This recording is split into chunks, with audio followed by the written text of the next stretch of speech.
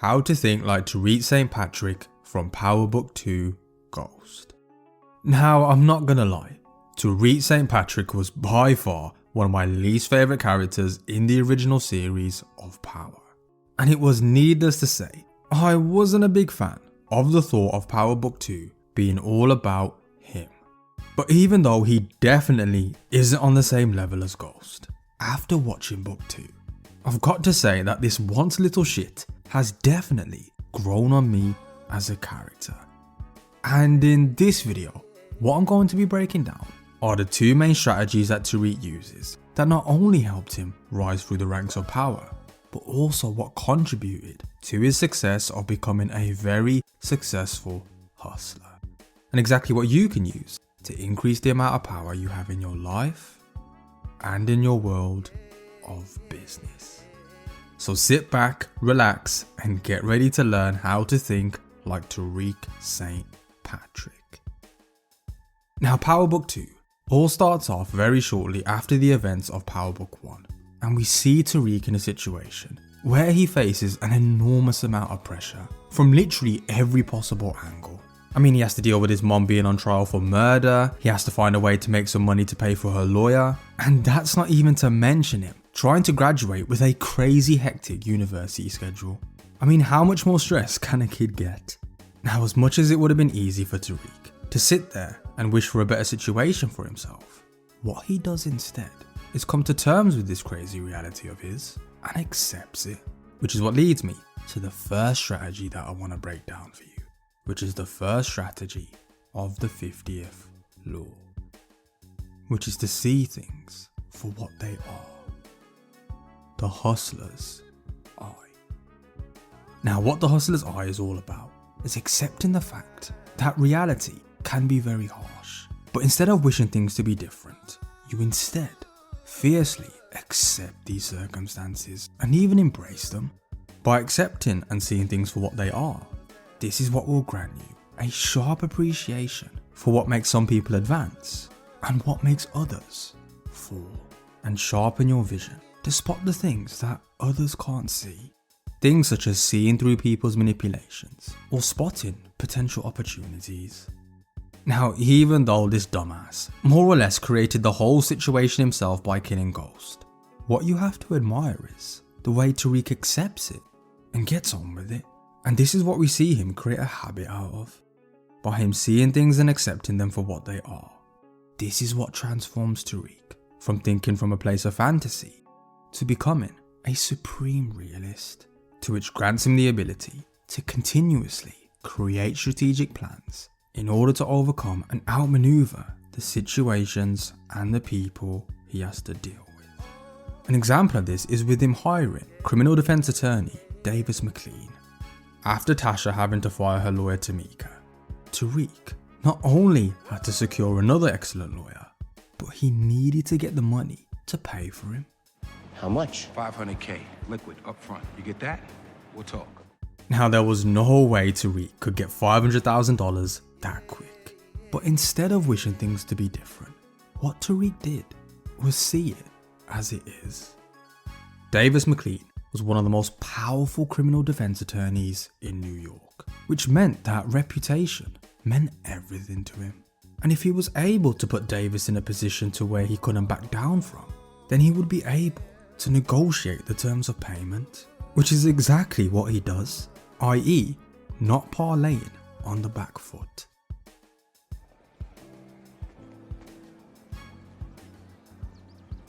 Force my hand.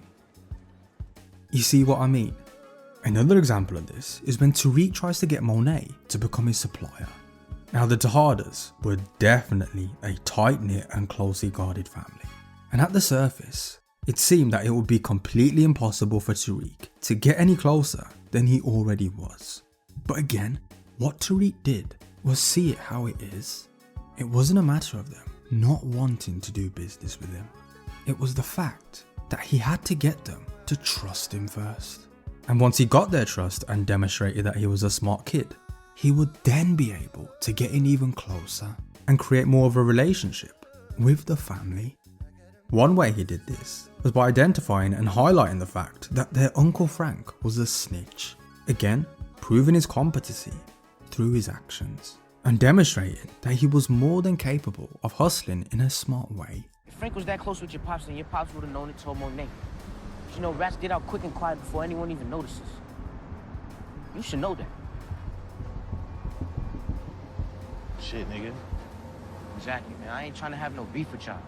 Me and you on the same team, nigga. We got the same goal. You can tell your mom she don't got shit to worry about when it comes to me, alright? Now let's go.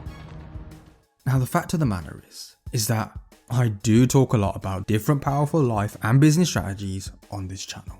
But if you aren't able to recognize and spot the opportunities to use them, then in actual fact, that knowledge is worthless.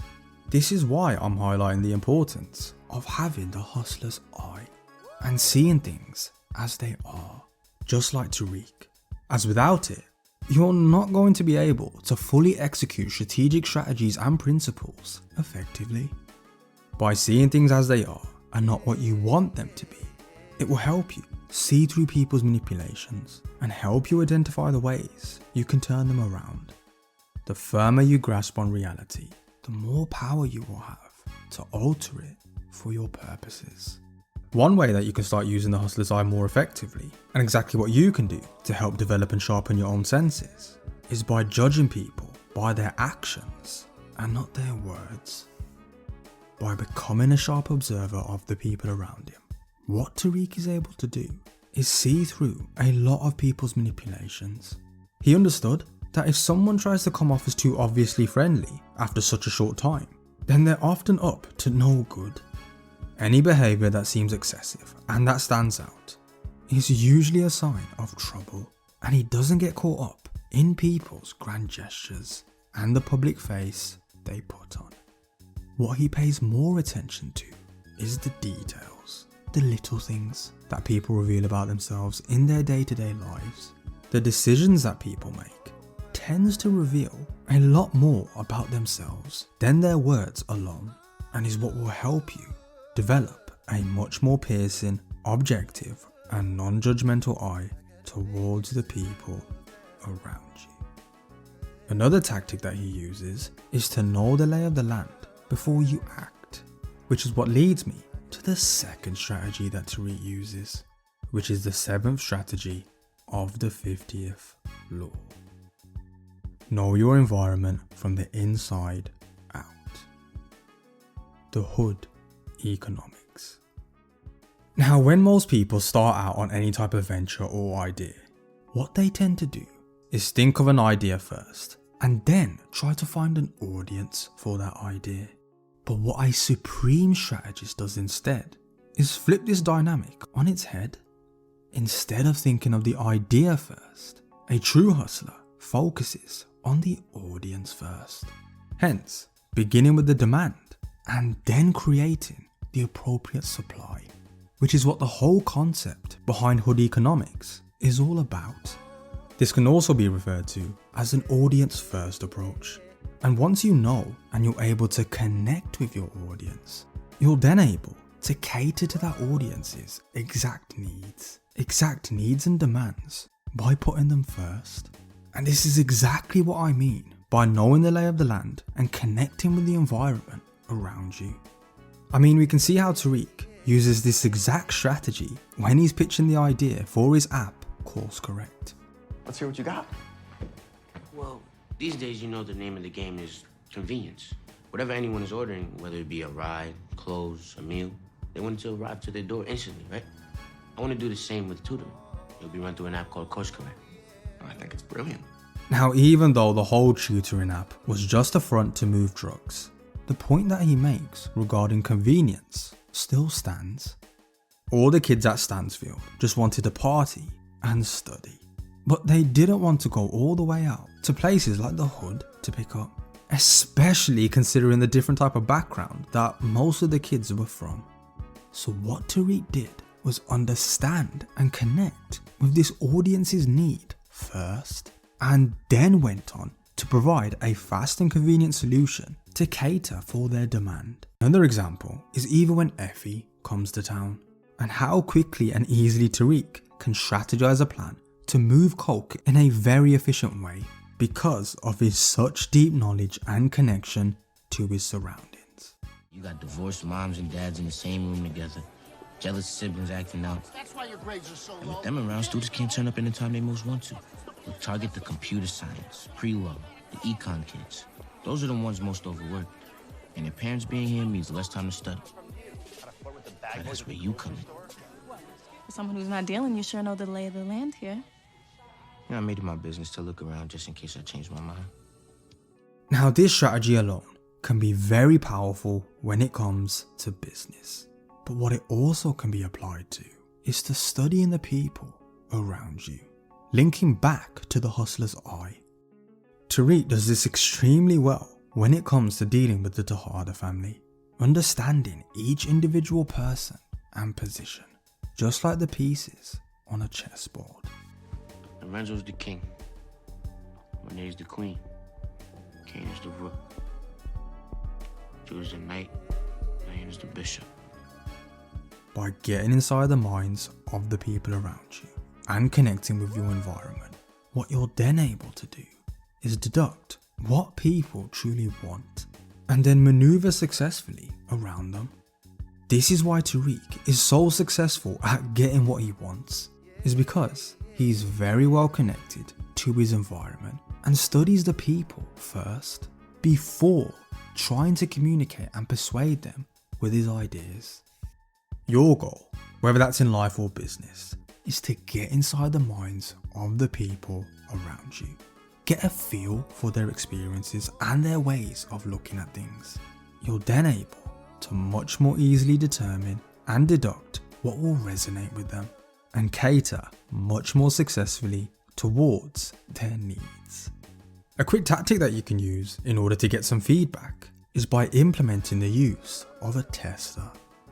Before Tariq fully launched Course Correct, he first gave out free testers in order to see how people would respond to the system, and if people liked the concept, then they would naturally spread it through their own networks, and if they didn't, then they'd easily let you know on what to improve on, i.e.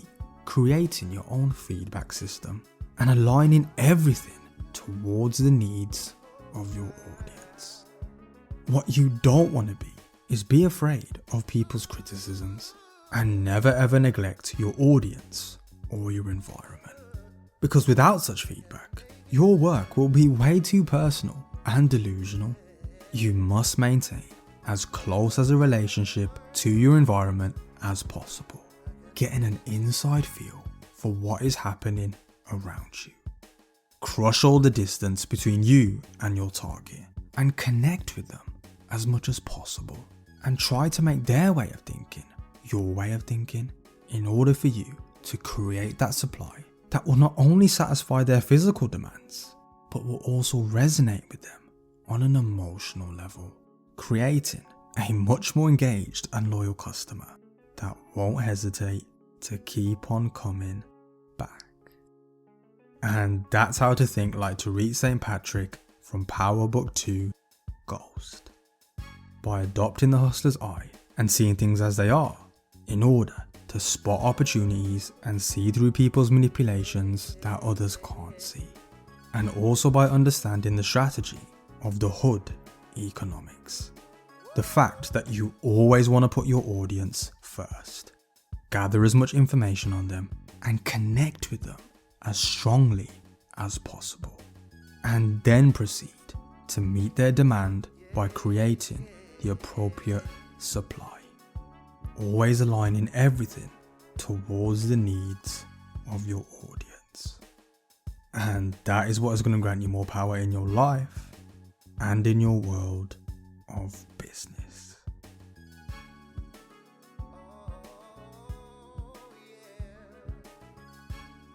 Now, like with all character breakdowns I do on the channel, I try to focus on what powerful strategies and principles that we can learn from these characters in order to be able to think that bit more strategically, whether that's in life or business. And if you are interested in learning more about these strategic strategies and principles I cover, then make sure you click the link in the description to sign up for our newsletter. I mean, I always get asked to go much deeper into more principles and strategies. but there is only so much I can talk about in just one YouTube video. That's why for a nearly whole year now, I've been non-stop working on something that is going to absolutely blow you away. I mean, you think you learn a lot from the character breakdowns that I do now?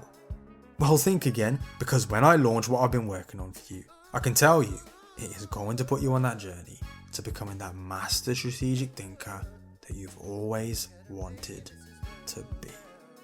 So if you are interested in what I've been working on, make sure you click the link in the description to sign up for our newsletter, as I will be announcing something on there much sooner than you think.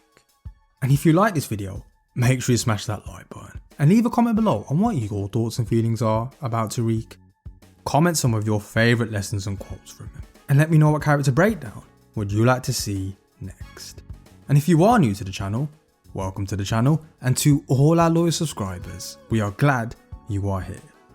We do some of the best character breakdowns on the whole of YouTube, and we aim to produce at least one high quality video per week. So make sure you subscribe so you don't miss out on any golden knowledge. I'll see you soon.